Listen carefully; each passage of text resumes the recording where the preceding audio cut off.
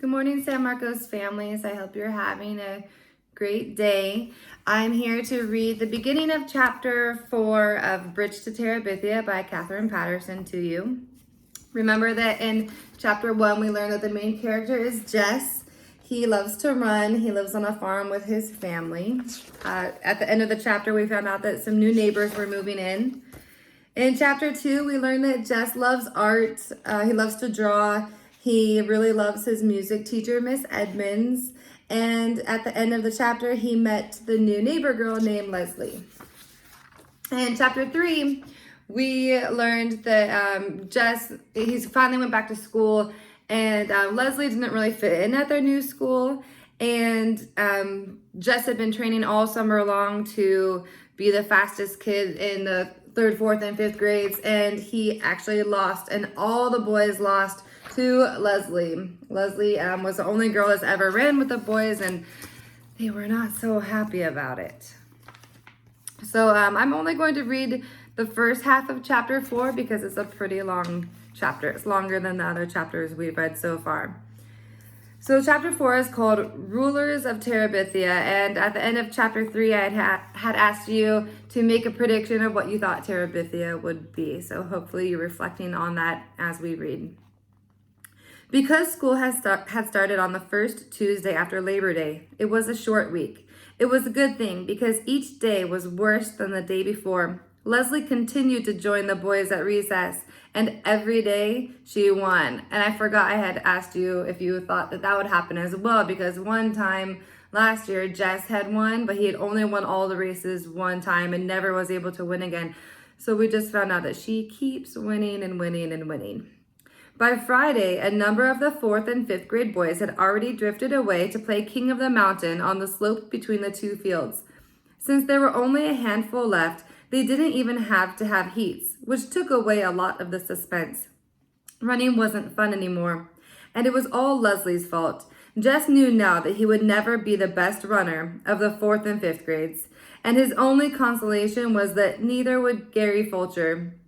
They went through the motions of the contest on Friday, but when it was over and Leslie had won again, everyone sort of knew without saying so that it was the end of the races. At least it was Friday, and Miss Edmonds was back. The 5th grade had music right after recess. Jess had passed Miss Edmonds in the hall earlier that day, and she had stopped him and made a fuss over him. "Did you keep drawing all summer?" "Yes'm."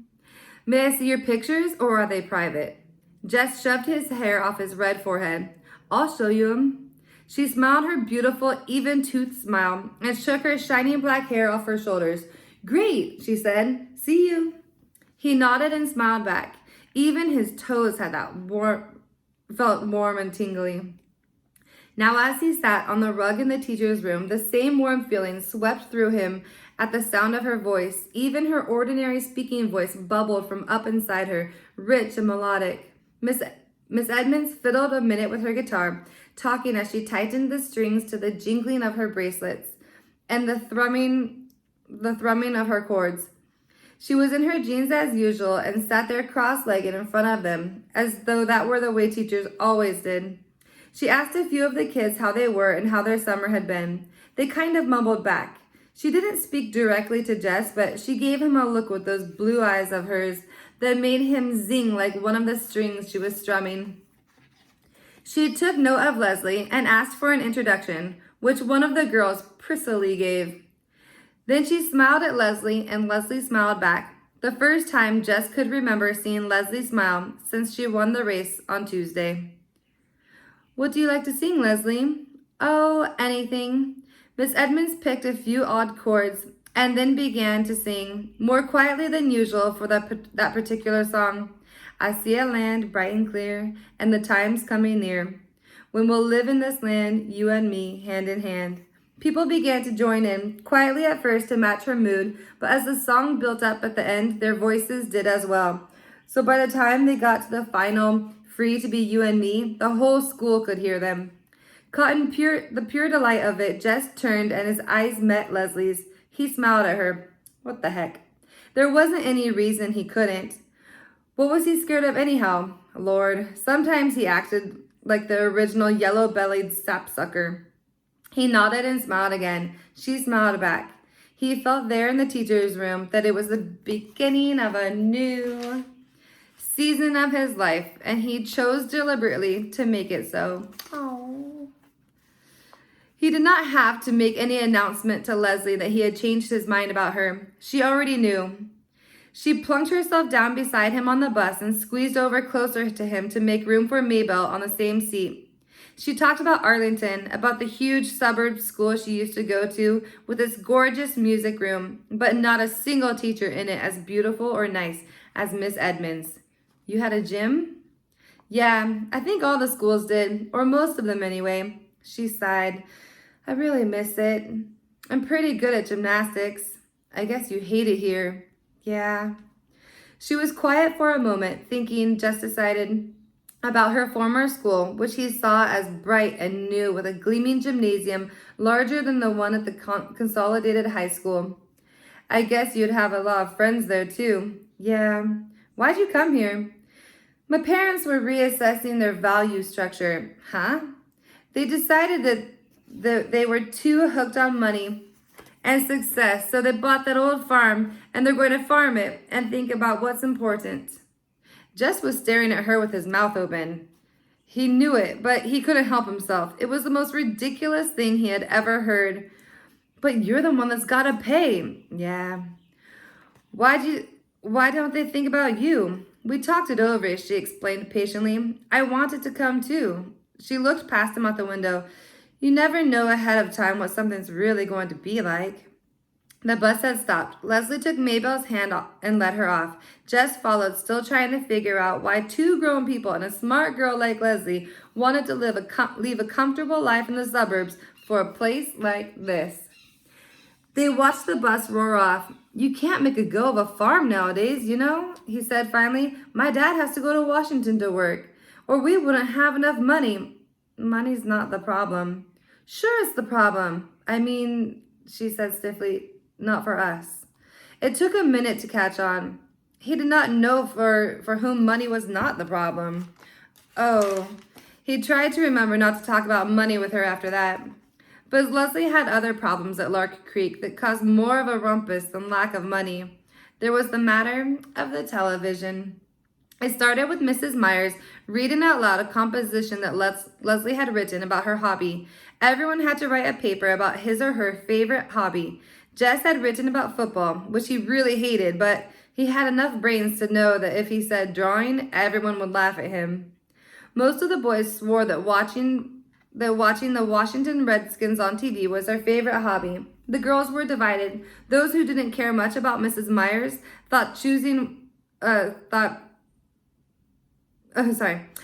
The girls who didn't care much about what Mrs. Myers thought chose watching game shows on TV. And those like Wanda K. Moore, who were really aiming for A's, chose reading good books. But Mrs. Myers didn't read anyone's paper out loud except for Leslie's. I want to read this composition aloud for two reasons. One, it is beautifully written, and two, it tells about an unusual hobby for a girl.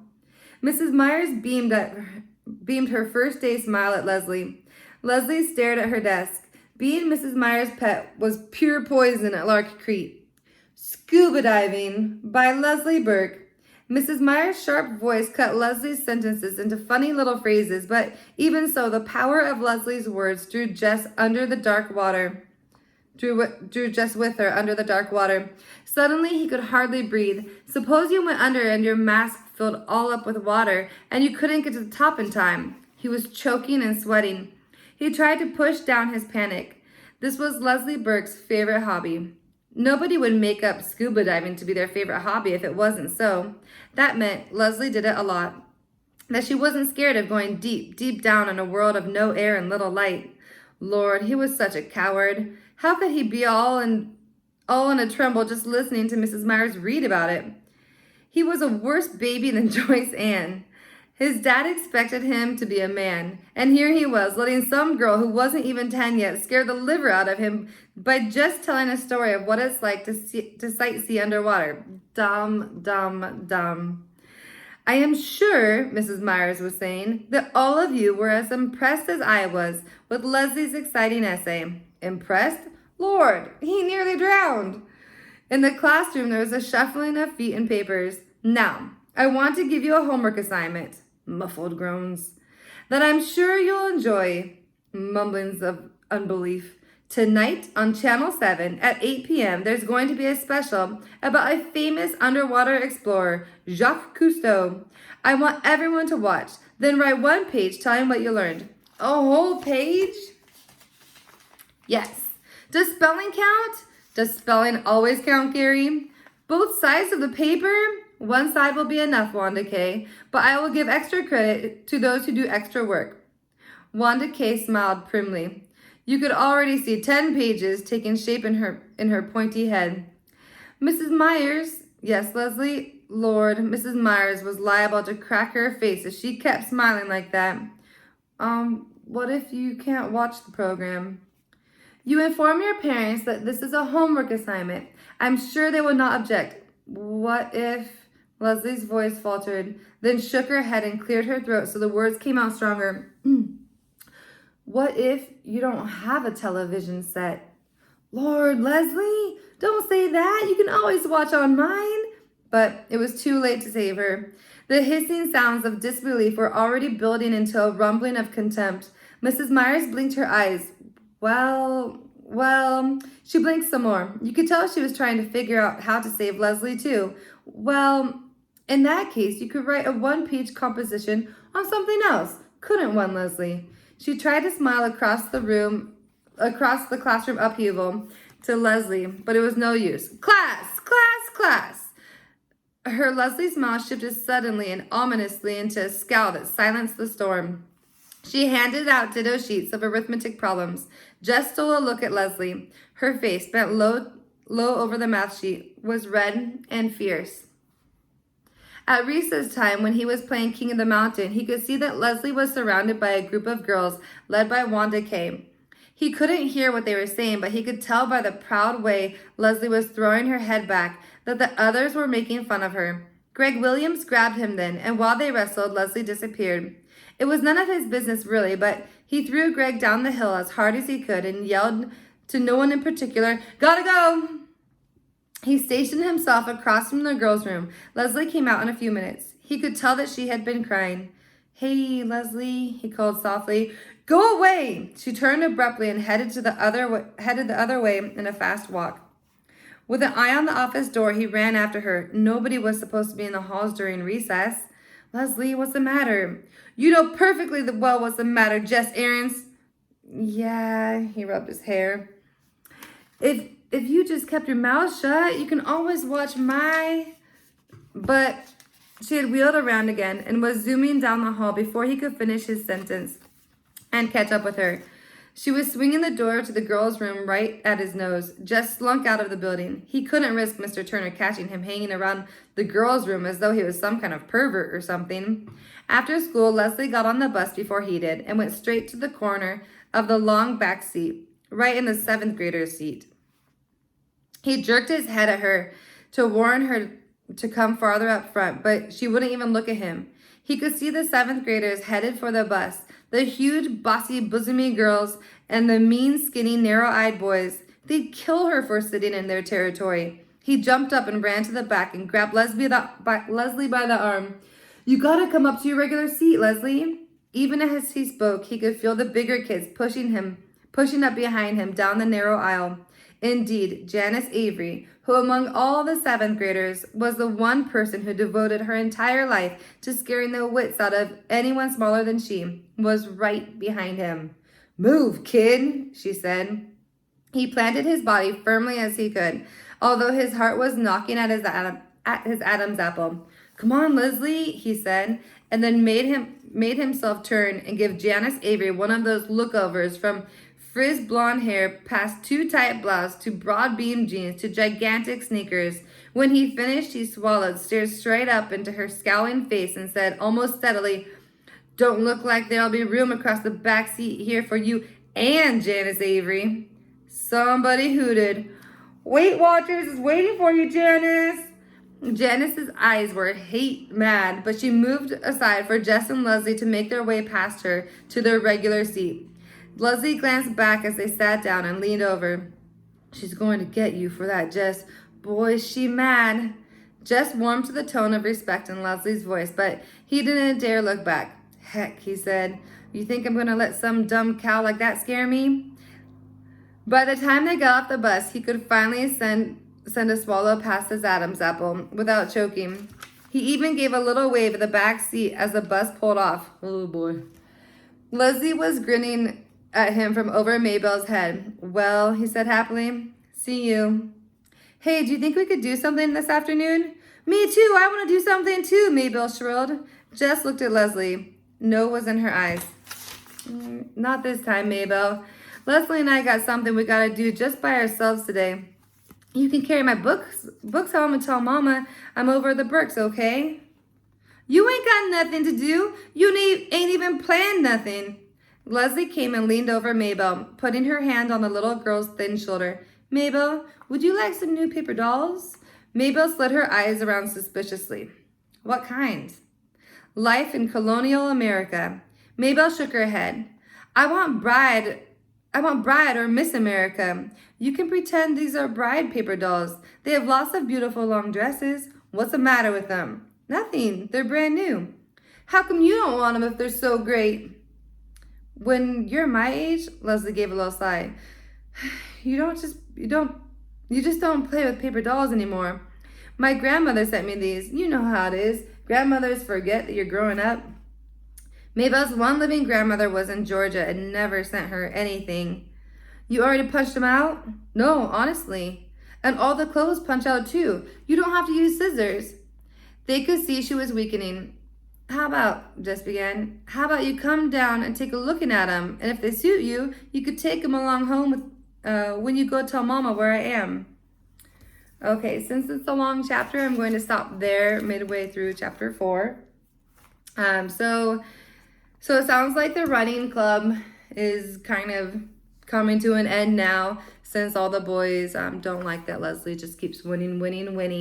But I like that midway through this chapter, it seems that Leslie and Jess are really, really forming a really strong bond. And Jess is pretty brave. I'm kind of scared for him at this point. You could be making predictions of what will happen with Janice. What was her name? Janice Avery.